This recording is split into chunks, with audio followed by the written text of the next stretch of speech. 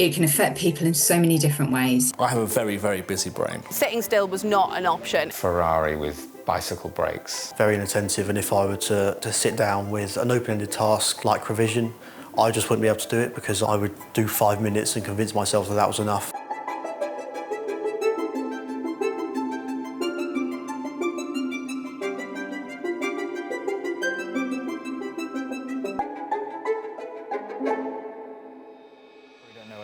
Or how it impacts people. And I want to try. Oh, sorry, hello.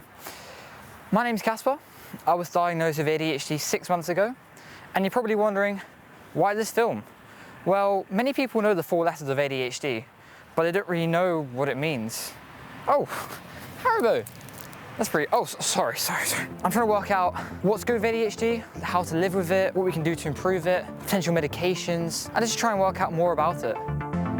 There are actually 3 different types of ADHD: inattentive, hyperactivity, and then impulsivity. Now, when we're talking about hyperactivity, yes, that can be the physical hyperactivity, but you've also got the mental hyperactivity, which is what a lot of people don't understand. ADHD is not about a lack of attention, it's about where one can put one's attention. One thing I find is having ADHD puts a stress on my relationships. This is my dad, and he struggles to understand my issues.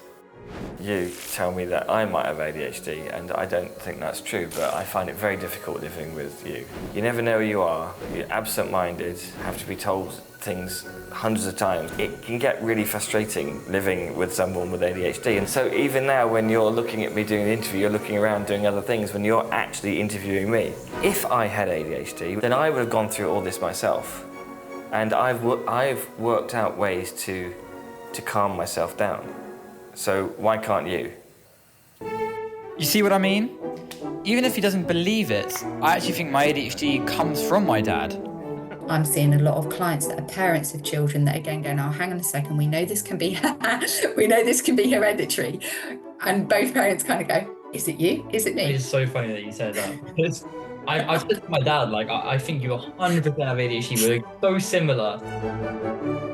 With my ADHD, I really struggle with concentration. I get distracted by things really easily. Should do that again maybe because of that? We make ourselves feel like crap because we think we're underachieving all the time, which again is a reason for us wanting to just do more and more, which is unhealthy. It's not because I'm stupid, it's not because I'm bad at my job or because I'm a bad business owner or any of these things. It is how my brain works. If you can accept it and understand it and work with it, then you're firing on all cylinders. That all sounds great. But another thing that I find that stops me from firing in all cylinders are my energy levels.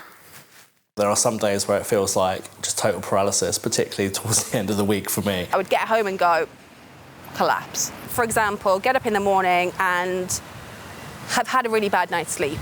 It's almost like the day is like a washout, right? Exactly the same for me. Glad I'm not alone with that, but what are some ways we can control these symptoms?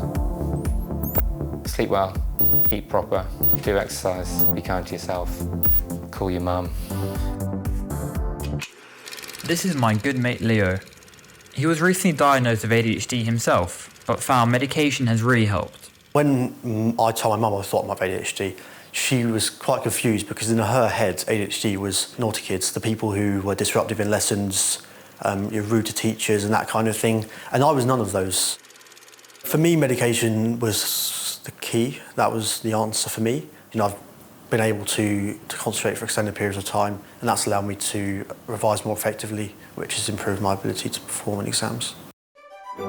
It's been interesting speaking to people who have been diagnosed with ADHD and how they try to balance out their life with the positives and the negatives. That creative thinking and the way the brain can work, that out-the-box thinking, that being able to empathise with people. So when you are in a hyper-focused state, doing 2 or 3 hours of getting stuff done, particularly at the last minute, which is a common trait, I can get more done than the usual person, as do most other ADHDers.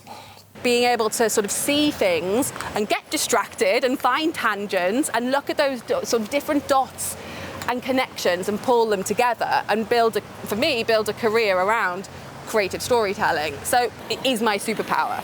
Well, that certainly helps with some of the stigmatism around ADHD and will potentially help me moving forwards. Hey, stay focused. This leads me on to my next big issue, the relationship with my dad. I finally managed to convince him to do an ADHD test, so we'll see. I think you meant typos, mistakes, and errors. Yes, absolutely. Yeah. You didn't answer my question, shut up. No, but you're going to lie about it. I find it hard to follow along with lectures or long conversations. Oh yes, absolutely, I can't stand it. No, disagree with that. I'm good at that. I'm always losing my keys while I put no, I'm not. Yes, you are. Okay, I'm not. You are. I'm not. That's ready? You got this? Here we go.